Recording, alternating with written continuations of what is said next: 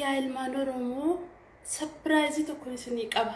Innis maal yoo jettan qoricha budaa, qoricha bilxiginnaa, qoricha minilik, qoricha nafxanyaa, qoricha yartuu, qoricha gantuu Jawaar Mohammad agartanimti.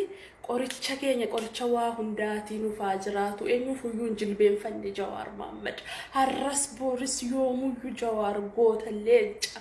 Yoomuyyuu isa hin gannu jechuun isa ganuu jechuun maal jedhee jechuun Oromoo ganuu akka ta'e of ganuu akka ta'e sirriitti beekna. Kanaafuyyuu nuti yoomuyyuu Jawaar wajjin jirra gubadhaa warri gubattanuu.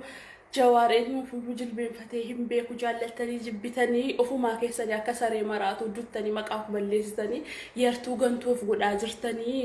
Kanaafuyyuu jaallattan jibbitan Jawaar Mohammad leenca qoricha budaa, qoricha bilxiginnaa, qoricha nafxanyaa, qoricha waa hundaa jawweene qonjo nuurillin.